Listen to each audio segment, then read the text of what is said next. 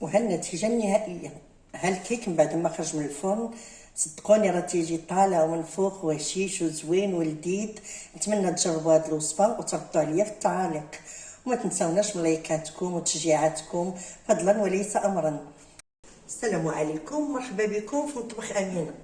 الاقتراح ديال اليوم عندنا كيكه بالمكسرات والشوكولاته. غادي ندوزو للطريقه والمقادير في نفس الوقت باش ما نطولش عليكم.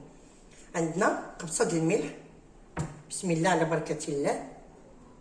عندي هنا 6 البيضات بدرجه حراره المطبخ. هنا البيض بحجم صغير، ملي يكون البيض بحجم كبير ديروا غير 4 البيضات. بسم الله. غادي نضيف عليهم 2 الاكياس الفاني فئه 8 غرام، وعندي كاس ونص سنيده،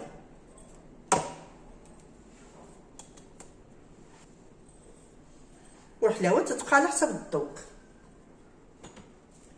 غادي نطرب هاد العناصر كلها، نطرب هاد البيض والسكر مزيان تيضاعف الحجم ديالو ونرجع معاكم. بعد ما طربت البيض والسكر غادي نضيف كاس الا ربع ديال الزيت، وغادي نضيف كاس ديال الحليب، كاس ونص ديال الحليب،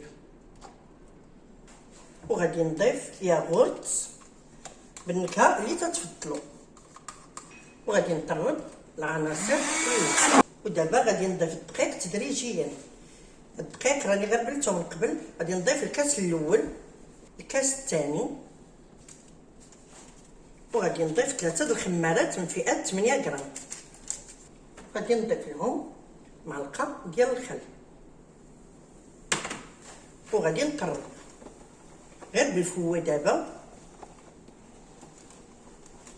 وانا معاكم غادي نقول لكم شحال دخلات لي ديال الدقيق، حيت هذا الكيك راه بحجم عائلي.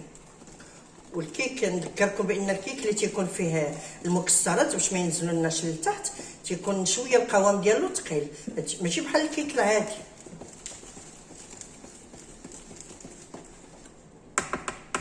غادي نضيف الكاس الثالث بطبيعه الحال. الدقيق راني غربلته من قبل، وغادي نضيف نص كاس ديال النشا،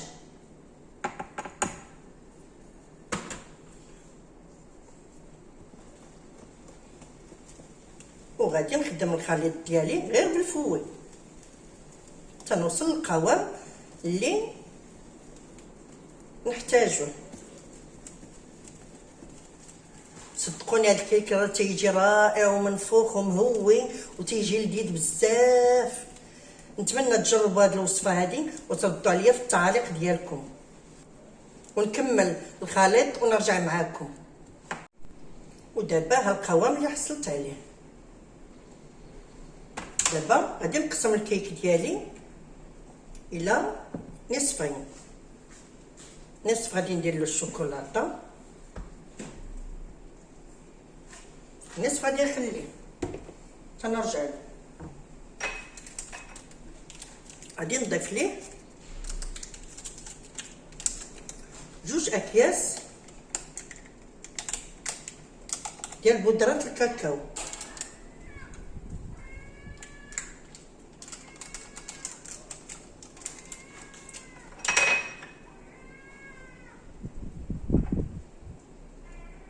نضيف له معلقه كبيره ديال الحليب،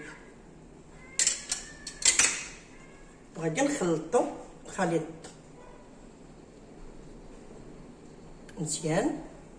ودابا انا خديت المول تيبقى اختياري، دهنته بالزبده ورشيته بالدقيق.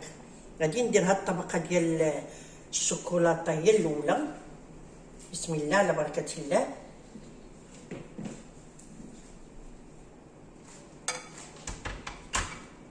وغادي نضيف المكسرات. عندي هنايا اللوز، الكركاع، والشوكولاته البيضاء واسود، وشويه ديال الزبيب الابيض.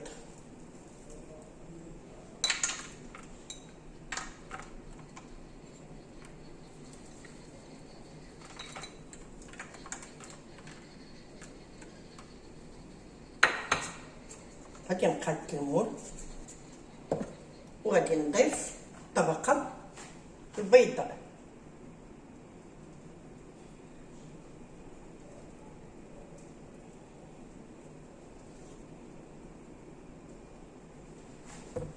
وغادي نضيف طبقه من المكسرات عاوتاني باش تجينا غنيه وتيجي مذاق رائع شكلا ومضمونا. نتمنوا تجربوا هذا الكيك.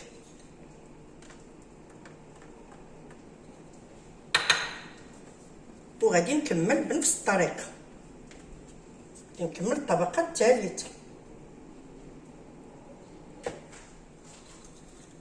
وغادي نعاود نزين الوجه ديالها من الفوق